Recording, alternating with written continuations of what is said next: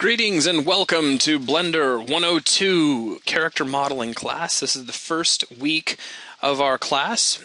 Tonight's goal is going to be to get you through a primer for polygon modeling using Blender. Not just the B-Mesh tools, but we will certainly be taking a look at some of the new features of B-Mesh and how it can be used to aid us in the modeling process. However, before we actually get rolling with the class content, because this is the first class, there are some things that I do need to cover in terms of how the class works. And if you have any questions in that regard, now would definitely be the time to ask those. But for starters, let's talk about a few things. First thing you're going to need to know about is BuzzNet.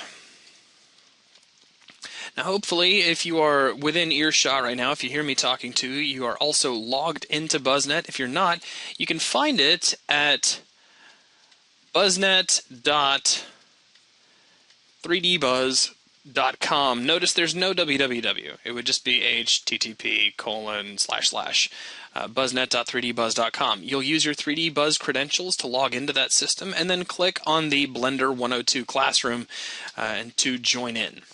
So make sure that you are in that classroom. You are logged into BuzzNet if you are listening to me talk right now.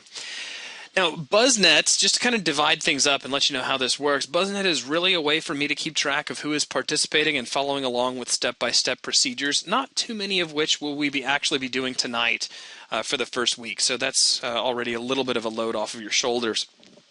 But it's also the main place where you will be able to chat with your classmates, and I do keep an eye on chat, so occasionally I will respond to things that I see over in the chat room. So you don't have to be shy. You're more than welcome to talk to each other or get whatever kind of banter you need out of the way. A lot of people do it. However, if you have an actual question that I need to address on video, if you have something that you'd like me to take a look at, for instance, you're going to need to put that question into the webinar system. So make sure that you do differentiate between the two and try to keep yourself from chattering over in the webinar question system and keep yourself from asking official questions that you need addressed over inside of BuzzNet. We do try to keep the two roles divided very cleanly just to keep things happening nice and smooth over on this side. The reason being is that official questions will often get lost in waves of chatter. So if you could just keep your questions over in the webinar system. Next, talk briefly about the schedule of this class. As you may know, this class actually meets twice a week. Now, each one of those two class meetings are repetitions of the same content. This is done just to make it easier for those who'd like to attend from different time zones. If you miss something, if let's say you're only registered for the Thursday classes, if you miss one and you want to make it up or meet up on one of the Tuesday classes, you're more than welcome to do that. So please don't think that you're restricted to only watching one session or the other. If you'd like to watch them both, of course, you're more than welcome. Just understand that that content is going to be repeated between Tuesday and Thursday. Next critical point is certification. I can't spell.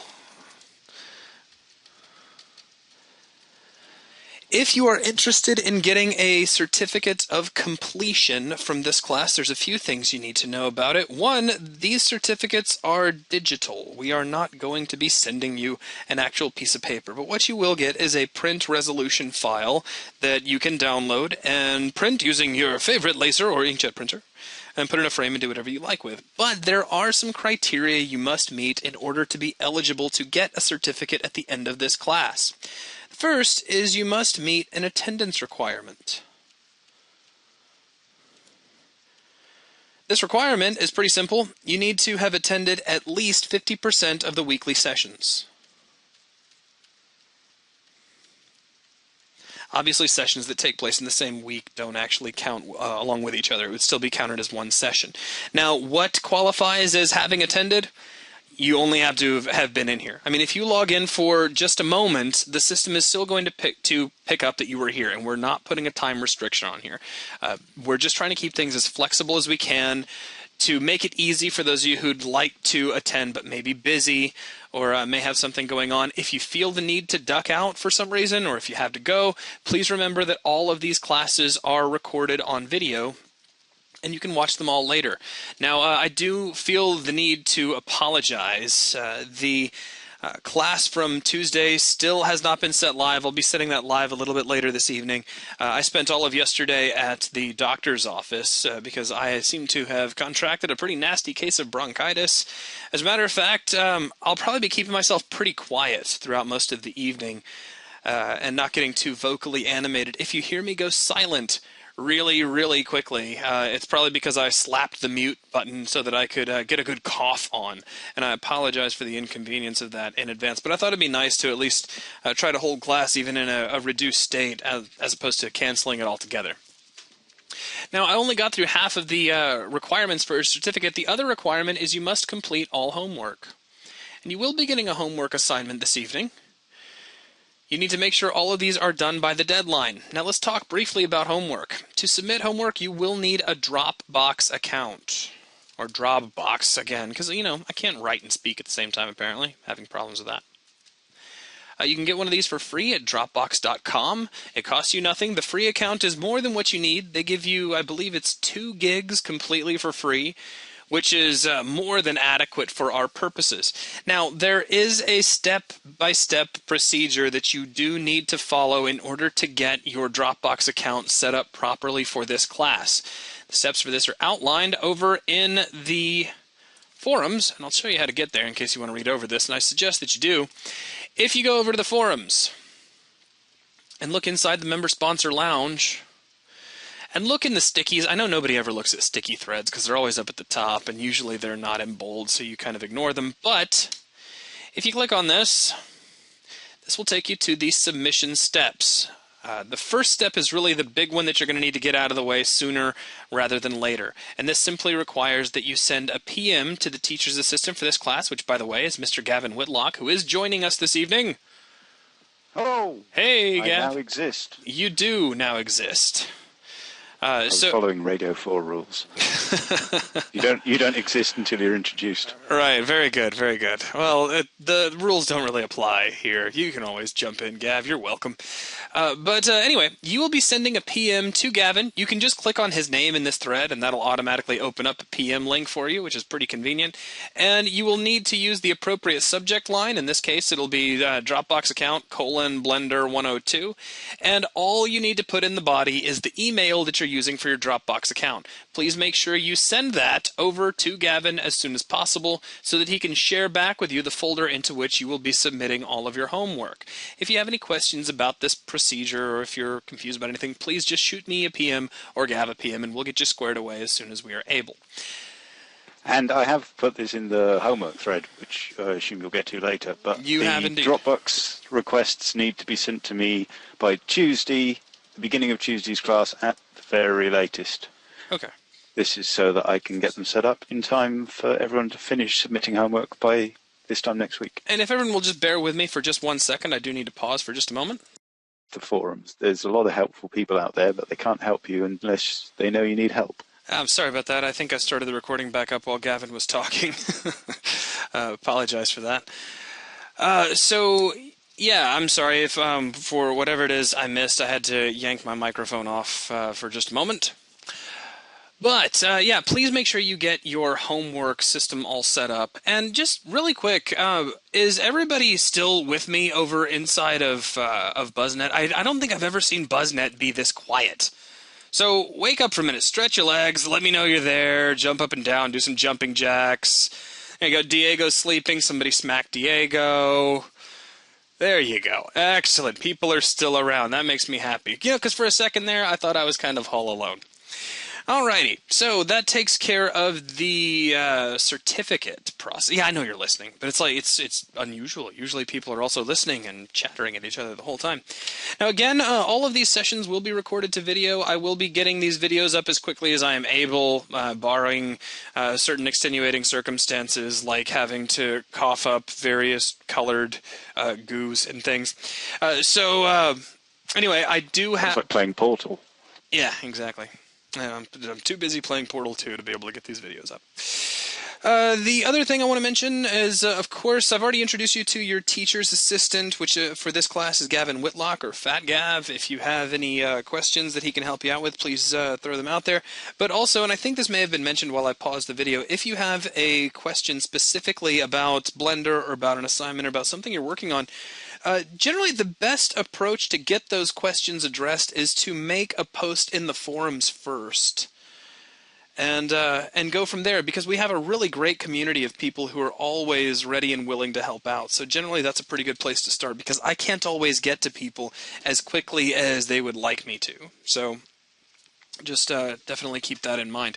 The final thing about just kind of how the class works, and this is more of a suggestion, it's certainly not a requirement, just something that I think will help people out, is you've noticed that I do this kind of whiteboard thing, and we all know the whiteboard is not really white, but I do like to write things down to make sure that everybody remembers them, and I don't know, it helps me with the flow of the class and everything. But I just feel better about mentioning this, the concept of taking notes. I'm not saying you have to write down everything that I write down. However, I think you'll find that generally when I take the time to write something down, it's because it is important, and I generally do want you to be able to remember it or recall it later. So if you have a pen and paper and you want to take notes, I'm generally all for that. I love the idea. I think it's a good way to learn. And I find personally that when I take the time to write something down, I often don't even need my notes at that point, because the act of writing it down has committed it to memory, and I'll probably remember it forever after. But I do strongly support the writing of notes, if for no other reason than to create a study guide in case you have to review over this stuff a little bit later. Okay, so that's everything about how the class works. Are there any questions about the class in general, about the administrative nature of these classes? Of course, you've all figured out the difficult part of making sure you keep an eye on the live classes calendar to get the password, which we put up 5 to 10 minutes before class actually starts. If you're here, then you're already well aware of that. So I'm not seeing any major questions popping around that. Just one more time, because I do have a couple of newcomers in here who've come in the last few minutes. If you have an official question, please put that into the question system in the webinar, and keep all of the chattery and pleasantry type stuff over inside of BuzzNet, which you need to be logged into over at buzznet.3dbuzz.com. Okay, now that gets us to tonight. Ooh, modeling. Ooh, yes, tonight is going to be your Polygon modeling primer. That's really what I'm considering tonight to be.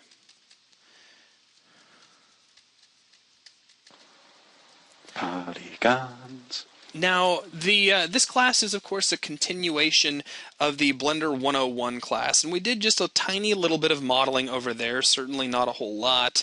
But enough to kind of get things started. I will be kind of reviewing a few of the things we saw in that class. If you didn't attend that class, you should generally be okay, as long as you're already reasonably comfortable with navigating around Blender, because I'm not here to teach you the bare bones and basics of Blender, because that's already been considered to be covered. So tonight, just a quick rundown on some of the things that we are going to be talking about. First off, what I like to call polygon theory, just kind of talking about some of the critical parts of polygons, specifically their components and things you need to be aware of. We're going to talk about topology, what it is and how it works. We're going to be talking about various types of polygons, including quads, triangles or just tris, and n-gons. Of course, along with n-gons comes a discussion of B-mesh. We're going to talk about loops, specifically edge loops. We're going to discuss B-mesh and what it means to you. We'll be taking a look at good versus bad geometry. So things you need to be aware of to have good geometry or bad geometry. How do you look at a model and say, oh, that's bad geometry, you need to avoid that kind of thing? And then finally, we're going to do kind of an on-the-fly modeling assignment, where you will be modeling something of your very own. Or you can watch me model and model your own thing later, if that's the way you want to go about it. So let's start off with some basic polygon theory. Now, Gavin, you're always like super on top of the dictionary and everything. What is a polygon to you, man? It is a many-sided shape. That is exactly what it is. It's a many-sided shape, and that's a really boring way to look at it. A polygon, in terms of modeling in the computer, is still a many-sided shape, but it has some bits and pieces that we use as modelers to define a specific form. Specifically, it has vertices. I can't just laugh at me. That's all you can do. Vertices. Well, you see, that's why I thought you waited to introduce me, because of your spelling things earlier, and of course I couldn't say anything. No, you can totally make fun of my spelling whenever you want. Everybody else does. It's my job. Well, it's my job. When I'm saying one thing and writing something else, I run into some of the funniest things. You made me the badge. Yeah, I did. And we also have faces. So every polygon model is going to have these, whether it's in Blender or not. So if I was to draw a really basic polygon object, so let's say I have a polygon cube sitting here. We should all hopefully be familiar at this point with the concept of vertices, which would be the points that form the base structure of this object. So these would be vertices. We would have edges, and of course the great big flat things that make up the actual form, those would be your faces. Now I do want to mention something, and I already see some people kind of laughing about this over in BuzzNet, but vertices is the plural form of the word vertex. There is no such thing as vertexes, and there's no such thing as a singular vertice. So please, please, please keep that straight. I will break you if you do that. I know I know Oh. so many people who do it, and they sound terrible. If you want people to take you seriously, don't ever say vertice. And sadly enough, I've actually seen an official training video where from a quite reputable source. Yeah, a very reputable source. Yeah, where the word vertice Endlessly. is used over and over and over, or how many vertexes you have selected. Please don't ever do that. At least when you're talking to me, I beg you. There's one bit where, That's Lord. okay. That's okay. He's trying to say vertex and vertices in the same sentence, and it's just No. a complete car crash. Yeah, it's absolutely horrible. Now, inside of Blender, of course, we have separate operations that can be done on each one of these individual components. There's a special menu for each one. And if we go over to Blender, and say hello to somebody that you've probably seen once or twice, though this class is his debut inside of Blender. Mwahaha. But I've been looking for the third token in all these shots. I'm sure you have. I'm sure he's got it secreted. Yeah, I'm sure you have. We have a menu specifically for vertices, we have a menu specifically for edges, and we have a menu specifically for faces. Now, these are all attached to the control key. So if you hit Control V, you'll get the menu for vertices. Control E, you'll get the menu for edges.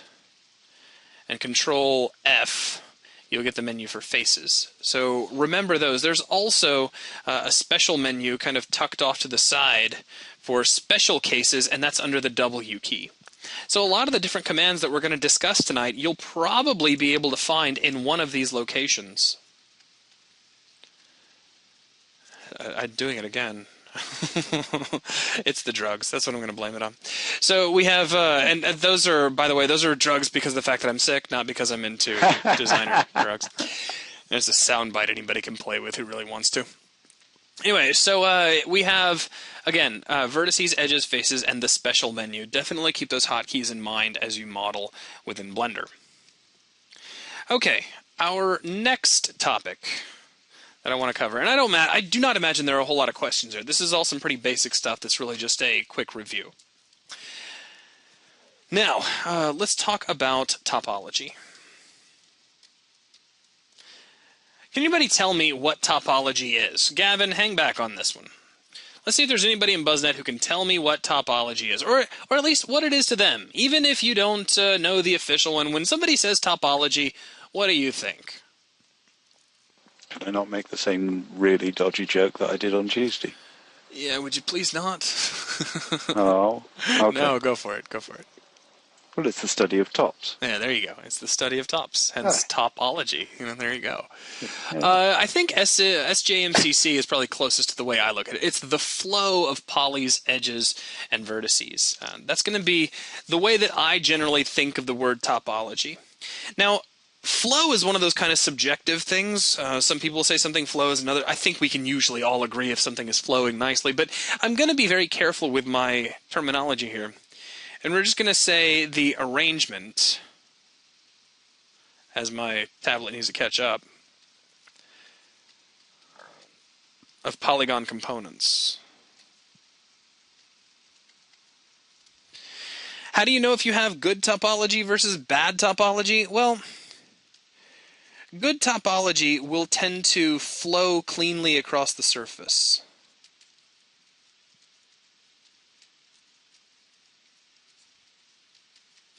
Where bad topology simply doesn't. Bad topology may have edges that break off in random directions, or doesn't seem to nicely go across the surface.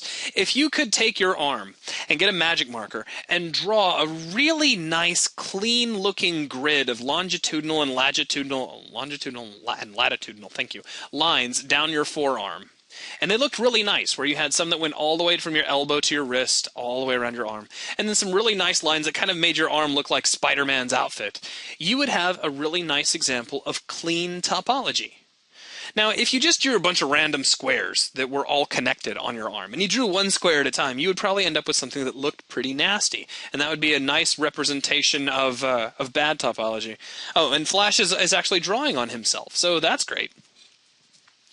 But the big thing I want you to walk away from is when somebody says topology, it's really more about the arrangement of polygon components. Now, a lot of people, in my experience, will get the terms good geometry and good topology kind of confused with one another. And they do have a lot in common, but to me, good topology is an aspect of having good geometry. There's actually more to it. In terms of having good geometry than just topology. There's other things you need to definitely be aware of. Because you can have a nice looking topological flow, but then underneath the surface you may still have some problem areas that may result in bad geometry that could animate poorly or experience problems with texturing later on. So bad topology has improper flow, and really it just boils down to being able to really read the surface just by looking at the arrangement of vertices, edges, and faces across a given model. And the more you model, the more you'll become kind of at one with creating quality topology. In this case, if we take a look over at this character, if I was to zoom in, actually let's hit Control-Tab and just switch over to edges to kind of simplify how he looks, we can see how while his topology is actually pretty simple, there's a pretty good flow of edges that trace out things like the indentation between the pectoral muscles there at the sternum, of course around his belly and his love handles. He is very chunky, he's very simplified, mostly because he has doubled as a game model and as a smoothed model with subdivision surfaces. And that is one of the things you will have to keep in mind a lot as a modeler, is how to properly set up your model so that you could apply a subdivision surface modifier to it and still have it look nice and smooth, without any crazy pinching or anything really silly happening, geometrically speaking. Now, let's jump back over to our list of stuff. So this brings me to the next topic that I want to kind of go over, and that is the concept of quads,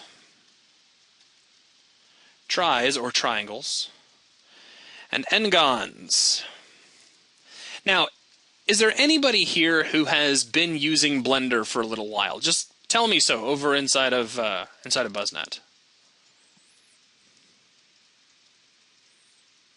I'm getting nobody, so I'm assuming that I'm talking to some people who haven't really used much of Blender. Okay, it's for all of the 101 content, just it's Blender 101, somebody who started Tuesday. Balzamon's been using it for a bit, yeah, I remember that. Okay, but for the most part we have some new people. Well, I'll just go ahead and throw this at you. Prior to Blender 2.62, I believe, or prior to the advent of BMesh, This was all you had to work with inside of Blender. You could only create quads and triangles. Now, of course, the difference, and I realize this may seem really rudimentary, but in case anybody out there is confused, this is a quad because it has 4 sides. This is a triangle because it has 3. And don't worry about the fact that one side is bent. That just means I do not have a very steady hand at the moment. And everyone wave goodbye to Saturn. I feel like we're going to leave him because apparently Alf is on. I do want to throw this out there. Consequently, quads themselves are generally going to be internally broken up into 2 triangles anyway, but that's really... sorry, you're a girl. Everybody, I apologize to Saturn for making the very broad stroke assumption of masculinity. So Saturn is leaving because she wants to go watch Alf. Probably not leaving. Just tempted to leave. All right, so nowadays with BMesh, we now have the option to create n-gons. And an n-gon is a polygon that can have any number of sides, generally 5 or more. Now, why is this a good thing for you? Well, that's a funny thing. It's kind of like a loaded question that's fun to talk about. N-gons are not the kind of thing that I think you generally want to leave in a model for a lot of reasons. One of the reasons is you could only make quads and triangles in Blender in the early forms of it, because quads and triangles will generally lead to the cleanest of meshes. If all you have is quads, then you'll have a mesh that smooths very well. This is kind of a little asterisk you can put next to the idea of quads. They smooth, and under that I'll put subdivision surface, or just sub D for short, very well. However, tris, on the other hand, are nice for game models. Just about every game engine out there specifically works with triangles, and that's actually how you will count how many polygons that you have in a model. It'll start based off the number of triangles that you actually have, not the number of faces, which may be 4-sided faces. Now, n-gons do allow for a new degree of flexibility during the modeling process. For instance, I'll kind of point this out. If I go over to Blender, and I'm going to turn off, or actually let me just kill out altogether this modifier. I don't really need it on my character. And let's say for whatever the reason, I am modeling out my guy here, and I decide that the flow of these edges here around the sternum is not very good. For whatever reason, I want to change that, and I want the flow to run in some slightly different directions. Previously, in Blender, what I would need to do is just line up the vertices as much as I could, probably insert some extra edge loops with Control-R, which we could do. We can hit Control-R. And notice this edge would go all over, well, hell and gone. I mean, it just seems to never stop. Let me back up so you can see exactly where that would go.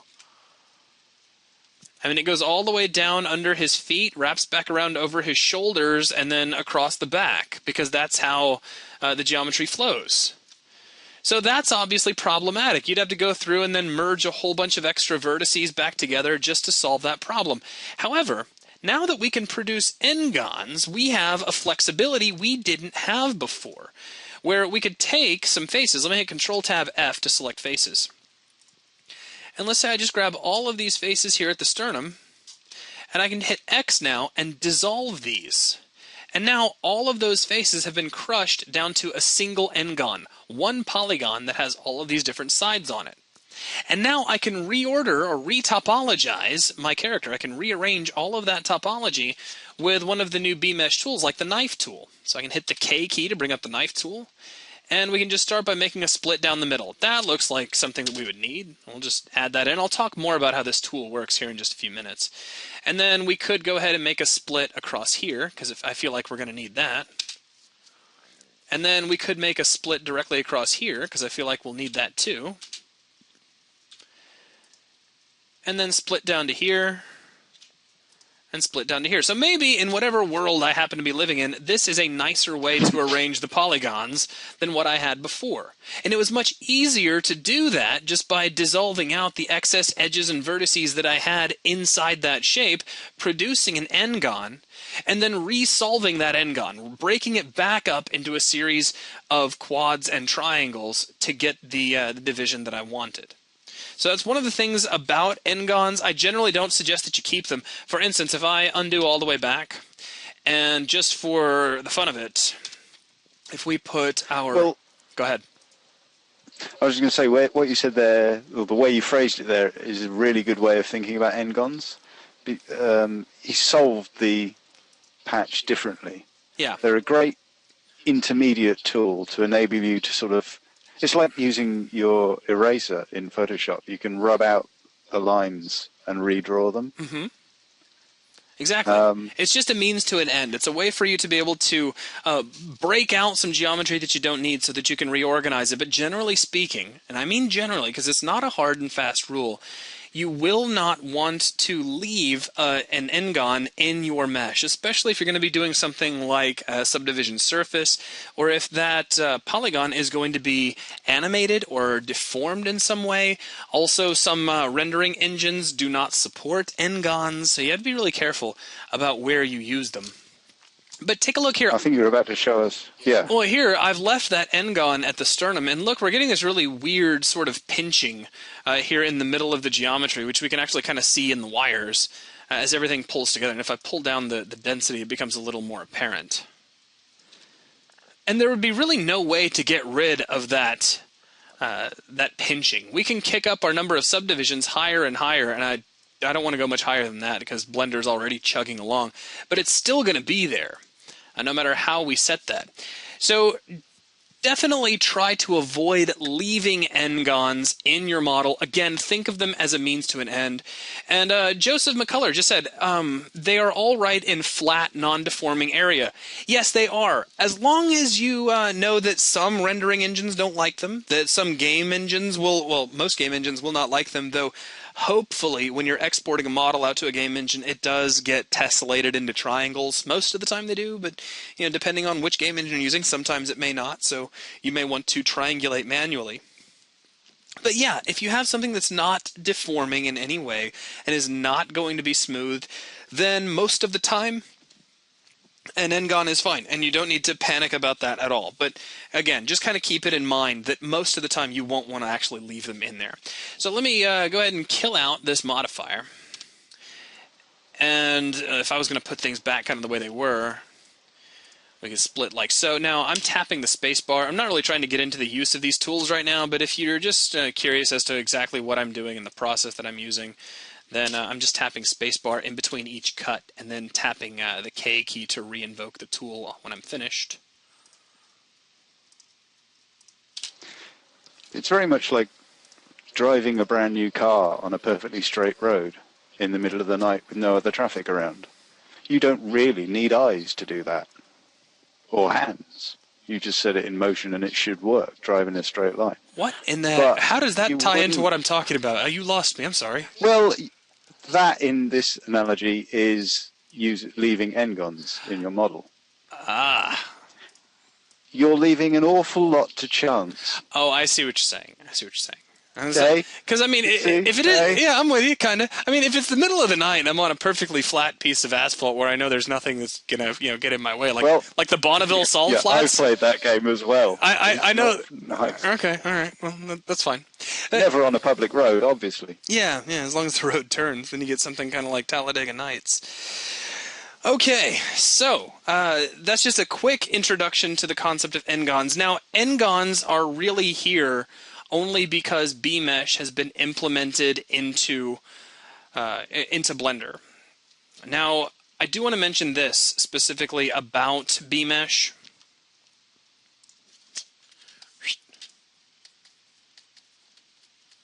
I mean, bmesh is the reason we can have n-gons at all.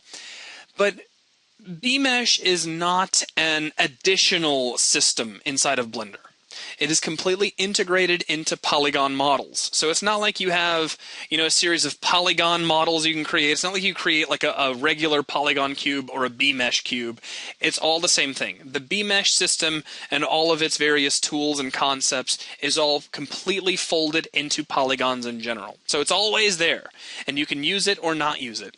If you want, you can, and I noticed that not too many of you have actually been using Blender for very long, but if you so desired, you could continue using Blender in the exact same way that it's always been used. You would never have to actually use any of the B-mesh tools if you wanted to, and you could continue using all the systems that would only produce quads and tris if you so desired. B-mesh is here just to help you and to give you a little more flexibility while you work. That's it, and that's all. And it does allow... My screen just went black. Your screen went black? Yeah, I'm about to blue screen. Okay, so well, I'll catch up with you in a minute. No problem. So again, the big thing about B-mesh is it's allowed us the use of n-gons, and with that comes some tools we couldn't have before, such as you saw me using the knife tool a moment ago.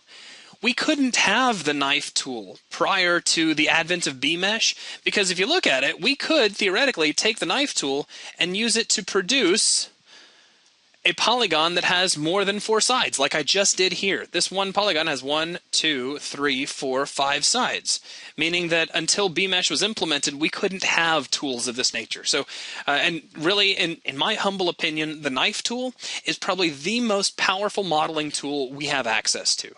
I mean, I could actually live without extrusions if I absolutely had to, and model absolutely everything with just the knife tool if it really came down to it. I wouldn't want to, but you could if you really, really needed to. Now, kind of on that same vein, we've always had these inside of Blender, even before there was B-mesh. I just want to talk briefly about the concept of edge loops, because if you're totally new to the world of modeling, edge loops may be a little bit mysterious to you. Edge loops are just exactly as the name suggests. They are loops of edges that go around in a circle. The reason we use edge loops is because it has been discovered that they are a nice way to get natural style deformation in areas that have a high amount of internal animation and flexibility. Things like mouths or holes in faces, like eyes, for instance. You'll notice I have a lot of edge loops around my eyes. And because of that, this character can be very expressionate. His eyes can close, they can open, the eyelids can roll around as the eyes move. All of the loops around the mouth allow for nice dimpling and creasing around the face as he smiles and opens and closes his jaw. The loops around the elbows and knees allow for nice deformation in his arms as, well, not around the knees, of course, as he bends his arms around. It just gives us a nice bend right there at the location of his elbow, so it doesn't end up getting creased and looking really frightening. Now, if you're just getting started out in modeling, it may not be completely apparent where you'll need edge loops. It may not be completely apparent how many you'll need. I don't think, and this is just my opinion, I'm sure opinions vary, and I'm sure if you look at other modeling resources such as tutorials or videos or books or things, that people all have different opinions about this, but I don't think you will ever become a very good character modeler. I don't think you'll ever be able to make quality decisions about where your geometry goes and how much geometry to include until you've modeled a few characters and rigged them up and tried to animate them. Only after you acquaint yourself with what it's like to deform your model will you see how, oh, you know what, when I'm trying to bend this arm, I really got way too many vertices and I could go with probably half as many and still get a nice deformation. Or maybe, you try to bend the elbow and it just looks really pointy and it looks like it's creasing, and you'll say to yourself, I really should have added some extra geometry right there. No one person can give you a hard and fast rule for that. I can give you some good rules of thumb about kind of where you should go if you're doing for film or for something that is subdivision surface smooth or something that's going to be a game model. I can just give you tips to kind of get you started, but I personally don't think you'll ever be fully comfortable with how much geometry you need and how your geometry should be laid out until you've tried to go through the entire process. So I just want to kind of throw that out there for those of you who are thinking, oh, well, I'm just going to model and model and model and I'll become a master modeler. I mean, that may be true, but I don't really think so. Now, let's see here. Gav has returned, so I'm going to make him an organizer once again because I need to do that. Gavin, you here, man? Gavin? No, he'll come back sooner or later. Or Hello. Oh, hello, there you are. I have to wait for the woman to hit mute. Yeah, to get done with all of her talking and stuff. So, are there any questions so far about the stuff that I've discussed in terms of just some of this Polygon concept and theory? And SJMCC, I actually would love to teach a Blender rigging class and an animation class. I think that would be great. Especially if we just took the same models and kind of went through the process so you could see how things change from one to the other. All right, well, I'm not seeing a whole lot of questions. Let me go on to the last kind of little mini topic that I have here. And that is the concept of good geometry versus bad geometry. And that's not necessarily the same thing as good topology versus bad topology. However, if you have bad topology, you probably have bad geometry too. There are some aspects of geometry that might miss you. So let's just put it this way. Good topology will, good geometry will probably exhibit good topology. You'll be able to look right at those edges and vertices and faces, and you'll see exactly how the surface flows, and everything will seem to make perfect sense. You can follow an edge all the way from the wrist up to the shoulder and across the back and think to yourself, yeah, that makes sense. I can actually picture myself tracing that with my finger, and it feels very, very natural. That's the essence of good topology. But there are some other things, too, that you need to be aware of. No doubles. If you are just getting started modeling in Blender, doubles could potentially be the bane of your existence. Now, you can't really have doubles and have good topology. I'll go ahead and say that. But doubles are really easy to miss. And here's how you... Go ahead. By doubles, you're referring to doubled vertices, yes? Well, it could be, if you want to look at it that way. Doubled vertices, you could look at it as doubled faces, you could look at it as doubled edges. It's just doubled geometry. Twice as much geometry is what you need. And here's one way you can go about making it, a real quick and easy way. If I grab some faces, say here, and I tap the E key to extrude, and hopefully you've all seen this at some point or another, you've extruded at least once, and then I think, I didn't mean to do that, and I just right-click, and then immediately go away and start doing other things. Well, the surface does look really funny right there, that's for sure, but that's because I have doubled geometry. I have vertices that are stacked right on top of other vertices. And it was really easy to do and really easy to overlook. And it will be a problem, so you definitely need to watch out for it. Now, fortunately, there's a real easy way to get rid of it. You can just tap the A key to select all of your geometry, hit spacebar and type remove, and it's the second thing down when you make it that far. It's remove doubles. Click, and it pulled out all 10 of those vertices, and you'll notice everything is nice and smooth again. That is a fantastic tool, and I do wish there were some more applications that had it. Technically, Maya does have it. You just have to be kind of clever to know about it. It is in the specials menu as well. You can tap the W key as long as you're in edit mode. And it's there as well. It's one of those things where you get in the habit of doing it one way, and then you forget to do it the other way. So, now let's jump back over to my whiteboard. So, no doubles. Definitely watch out for doubles. Actually, let me start putting some stuff over in the bad geometry. So bad geometry may have doubles. Bad geometry may also have non-manifold geometry. Yay! It's a great word, and people who are just getting into modeling sometimes have no idea what it means. But non-manifold geometry is essentially, the easiest way to look at it, is geometry that couldn't possibly exist.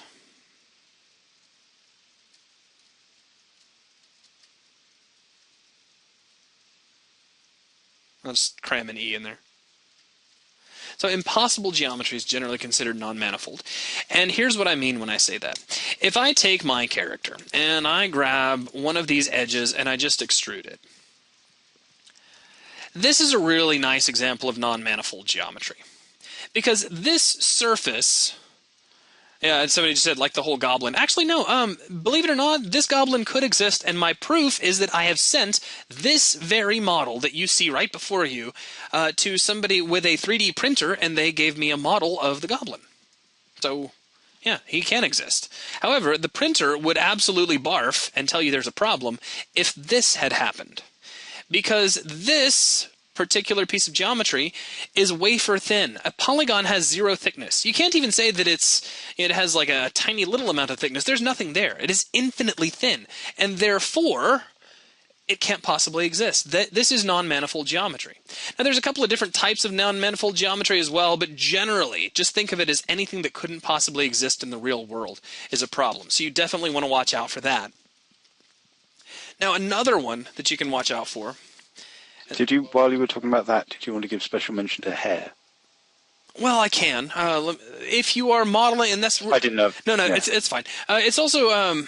non-manifold geometry is one of those things where sometimes just like knowing the rules is only so that you can break them from time to time. For instance, one of the popular ways to make hair on a 3D character is to take a single plane and extrude it out several times.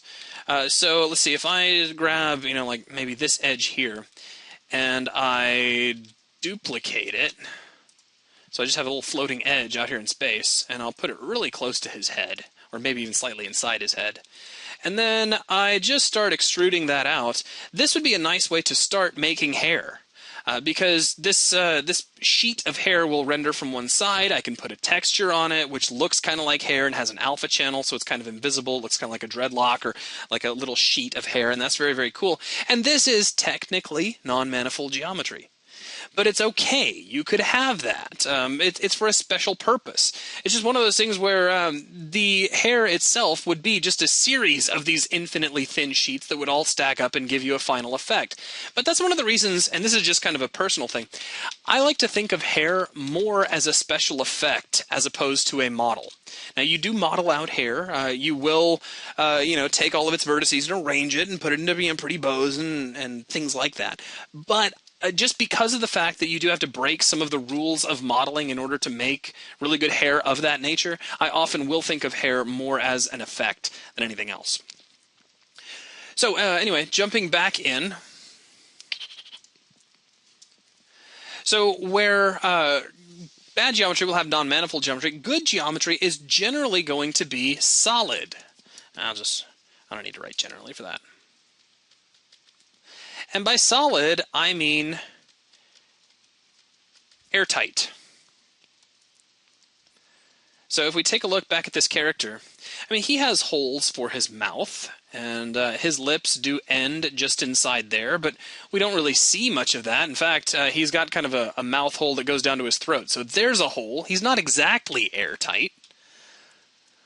He also has holes for his eyes, but those are plugged up with eyeballs, which is really good. But generally speaking, there's no excess holes anywhere on this character. It's not like we could take the edges here and do like a V rip right here and just leave that.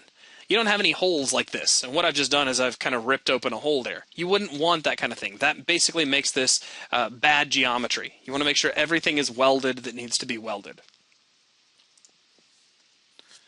Go ahead and close that off. I shouldn't try to write with my mouse. That's generally a bad habit when I have a perfectly good tablet right in front of me. Okay, now these are really just some primary examples. Another one, a really nasty thing that you can miss in bad geometry is internal faces. Oh yeah. Now I'm not going to try to again extrudes your friend. Yeah, I'm not going to try to actually create one of these, but instead I'll just kind of draw you like a really quick diagram. But if I had my character's arm, so here's his elbow, and there's his forearm, and here's the underside of the forearm, there's his elbow, and there's his tricep, etc. If I had a face that literally existed entirely inside his arm, like it actually, and there's a little dot where you could select that face, this would be an internal face. These are really easy to make if you're not paying any kind of attention, and they can lead to real problems. Go ahead, Gav. I was going to say, this is close to being, if you'd move down about 6 inches, this is close. This is an example where you might accidentally do this, which is if you've modeled the hand separately, which is something that you're liable to do in order to be able to model it flat. Yeah. Or, in X, Y, and Z. You'll often and then attach it to the rest of your torso model. Right. I mean, if this was the hand of the character, and you'd modeled this out separately, and you'd maybe extruded out the arm, and there already was a flat face here. I've seen more than once, and I'm not going to lie, I've done it once or twice when it's late and I haven't been paying attention. And you go ahead and you weld all the vertices around the edge of the hand, but you actually forget to delete this face. You end up with this internal face. And everything will be fine for a minute, but it won't skin properly. It'll be really hard to get the weighting just right. And then occasionally, some random part of that face will just stab outside the geometry while he's bending and flexing around. So it can lead to all kinds of hassles, not to mention that it really confuses the UV layout system. So you're trying to lay out the UVs, and it's just a mess. It's just a wadded up, gross mess. So definitely try to keep an eye out for internal faces. Now, generally speaking, just in terms of getting things started, this is pretty much good enough to start from. I also like to say that no n-gons will exist on good geometry. Now, this is one of those rules that's, you bend it and you flex it as you need to. If you have a situation where something is not going to be deforming and it's a perfectly flat surface, and you want to have an n-gon there, that's fine. As long as you know the rules and you know why we have the rules and you still choose to break the rule because it's going to work in your case, I'm totally fine with that. That makes me very happy. But as a good rule of thumb, try not to have any n-gons. They cause all sorts of problems for you at some point in your pipeline. It could be for subdivision surfacing, it could be for texturing, it could be for skinning and rigging. So just try to avoid them. And remember, think of n-gons as a tool.